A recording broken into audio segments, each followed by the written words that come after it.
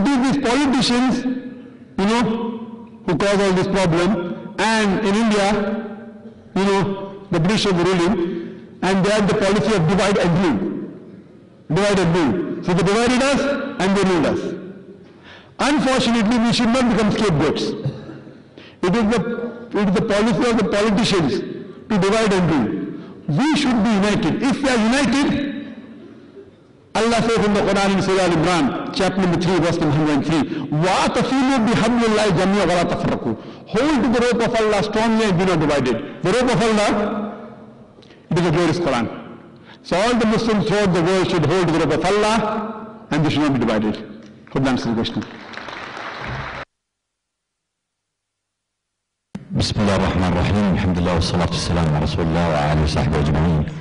It's an honor to be here. I've seen you on TV and met a lot of times. This is the first time I've been in one of your lectures, and it's good to be here with our friends, scholars, and friends from other countries around the world. We are all slaves and servants of God, and there's no difference. لا فرق لعربي على عجمي إلا بالتقوى.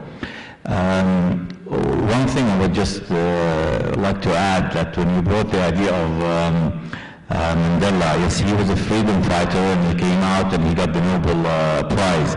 That doesn't mean anybody that comes out from a certain situation gets a Nobel Prize, because as you know, there is some terrorists and they call themselves Muslims and they are not Muslims. We know that, you know that, everybody knows that, but they have their own agenda. So these are the ones. It doesn't mean that they are following the footsteps and calling themselves Muslims that after a while they will be given the Nobel Prize. That's different from Mandela. We don't want to always have the idea that everybody that goes against society, that means they will have the Nobel Prize. That's number one. And I don't want to name any certain names here, but I think we know who we're talking about. That's number one. Number two, about jihad. I found out that always when we talk about jihad, I found out that we try to cover it up or try to get away from it. Jihad has been written in the Quran a lot of times and has been repeated. If you go to jihad with yourself, with your money, and don't come back, that's the highest level of the deed in God's eyes. However, it's very important that we realize that jihad at that time, when the Prophet came, he used to send messengers of salam to the Romans and to the Persians and to Yemen. And then after that, he would correspond with them. And then after that, he would either fight them or there would be zakat.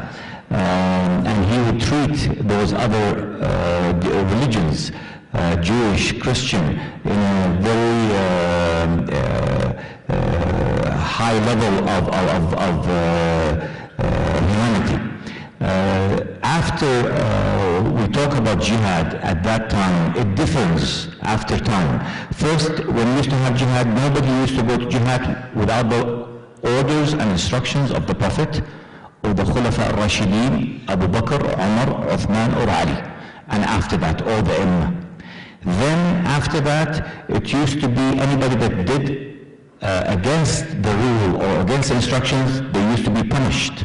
And fourthly is at that time, and there is two kinds of jihad: ad-dafa' to defend the Islamic nation, or to at-talab, which is to be asked for. As we know, at that time there was only one nation, and it was called the Islamic nation. Afterwards, the colonization from the Christians and from the countries during the Crusade Wars, and after that divided these nations to different nations. So we have what we have. The main thing is, a lot of people say, why do we not fight and why do we not do jihad? This is not true. Who are the people that fought the Russians in Afghanistan? It was the Muslims. It was the Saudis and the Yemenis and all the Muslims. Who are the people that fought the Russians in Shishan? It was the Saudis, the Yemenis, the people from Muslims. So when the jihad is the real jihad, they are there and ready to go. But when it is a jihad that's got politics and got terrorism and it's got killing of women and children, that is not what our religion has taught. So that means we have to go back to our Wali Amr and check exactly what does he say, what he thinks. Is it the same as Russia? Is it the same as Afghanistan? Or is it the same as Shishan? Or is it the same as what's going on other places? And if every one of us is just going to decide what he wants by jihad, we will not have an Islamic nation, even with what we have as different countries. And thank you very much for being able to be with you.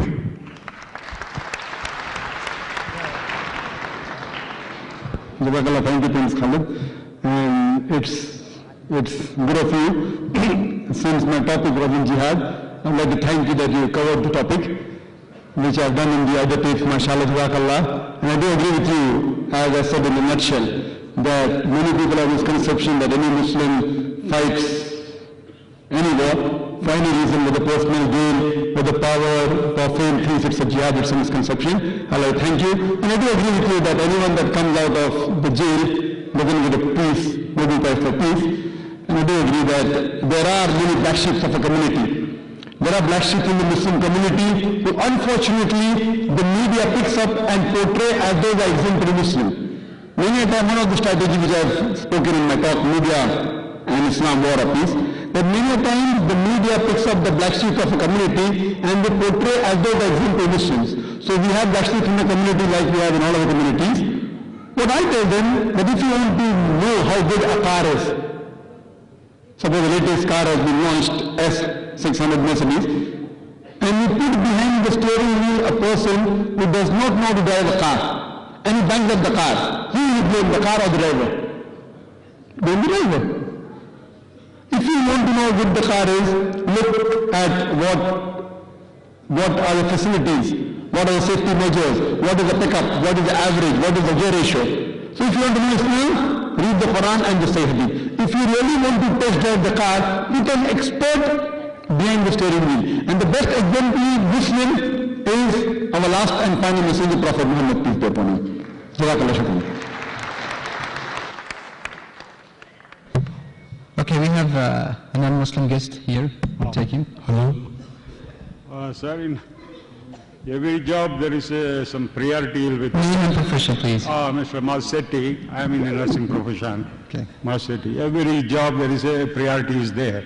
I want to know what is your priority in your activities.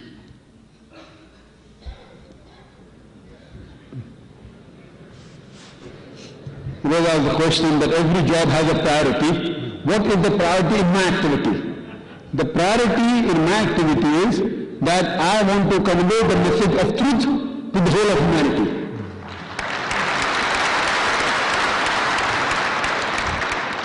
By profession, I am a guy. I was trained as a medical doctor. So first I was a doctor of the body, and I thought it was the best profession, but I found a better profession. So from doctor of body, I became a doctor of soul. As Allah says in the Quran in Surah Fussilat, chapter 41, verse number 33, وَمَنْ أَحْسَنُ قَالًا مِمَّنْ دَعَا إِلَى اللَّهِ وَعَمِلَ صَالِحًا قَالَ إِنَّنِي مِنَ الْمُسْلِمِينَ. Who is better in speech than one who invites to the way of the Lord, works righteousness and says that he is Muslim? So my profession, every Muslim should convey the message. Should at least be a part-time life. Full-time is not compulsory. Every Muslim, it's compulsory, he should convey the message of Almighty God, message of Islam to the friends and the colleagues who are not aware of it. A da'i, that I'm full-time involved in conveying the message, which is one of the best professions. So my priority is to convey the message of Islam to those who are not aware of Islam, point number one. Point number two, remove the misconception what the media is portraying. And thirdly, even to talk among my Muslim brothers who may not be following the teachings of the last and final messenger and Allah subhanahu wa ta'ala. So my profession is mainly to spread the truth and the religion of Islam. Hope that's the question. The thing is... Do you have any question? Yes. My point is, the thing is, what is the present problems going on, practical aspect? I hope you will change to priority for that one. And also, I request you to collect the eminent scholars of the world to think about it, to find a practical solution. And also, I want to mention the tons of theory not equal to ounce of practice. I think you're catching my point. Tons of theory not equal to ounce of point. I think you will give the priority for that one and come out with the solution. And the rest of us, we can take it later, no problem, as a routine. I think first priority you will give to this. I hope. That was a very good suggestion, that we should see what the problem in the world is there and solve that problem. That's what I'm doing. Today the problem we see everywhere about terrorism. You know very well. We know very well. Yes. So my job has been called to UK and the other parts of the world to speak on the topic of terrorism, how to curb terrorism. So that's what I told you, that my last lecture was, is terrorism Muslim monopoly? And I proved in that lecture, the monopoly of the terrorism is the politicians. So you have to hear that lecture, and hopefully if you hear that lecture, you will find that the solution for terrorism is there. Terrorism is because of injustice. Injustice done to a group of people. All the experts, read the books, whether Robert Page, whether American expert, whether UK expert, they say that the cause of terrorism is because of injustice. When injustice is done to a community, and if you read Arundhati Roy, you come from India, I believe. If you read Arundhati Roy, the way she writes openly, so she is trying to prove that these politicians, they want scapegoats. And what happened about, the person, about the bombardment of the parliament, people who were killed in parliament, she writes something openly. But what we find that these politicians, for the ulterior motive, they take a scapegoat and they put a target and they leave it. So what we have to do, we have to speak the truth. We cannot let the politicians cause trouble and terrorism in this world. So normally one more lecture, peace, the cry of warmongers. That's the new lecture. Peace, the cry of warmongers. When they were talking about peace, in America, there was peace. They are the biggest warmongers. So you should listen to my talk. So these will give you, and that's the reason we have launched this channel, Peace TV, the solution for humanity. I do agree with you. Practical is more important than theory, but until you don't know theory, how will you practice it? First I have to tell you 2 plus 2 is equal to 4, how will you practice it? If I don't tell you, how will you practice it? So we have to talk theory also, but also have to implement it. So my job is to convey the message. I can't make a gun on somebody's forehead and say, okay, follow it. I can only say, please follow. You follow, alhamdulillah. You don't follow, alhamdulillah. Like Hafiddin. There is no compulsion in religion. Truth stands for clear from error. Allah says very clearly in Surah Baqarah chapter 2 verse 256 that we have to convey the message. Like Hafiddin. You cannot force anyone. You can't compel anyone. You like it, you accept it. Don't like it, no problem. So what we are doing is conveying the message of truth. And alhamdulillah, summa alhamdulillah, there are many people, there are hundreds and thousands of people in India and other parts of the world who, mashallah, have come to the truth. And Allah has given them hidayah. Hope that answers the question.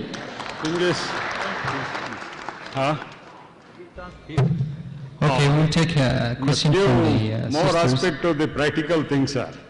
The lectures will not solve these problems. I hope you will concentrate more on that here afterwards. Thank you.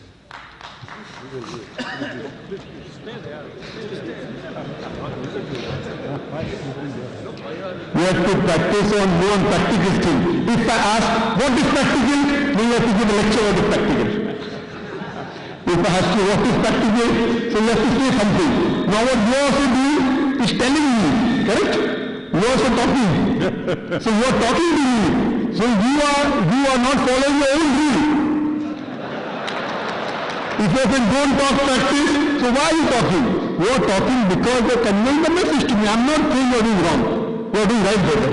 But if you follow your rule, you are breaking your own rule. You are talking, you are practicing. But I am with you, brother. Because I love you.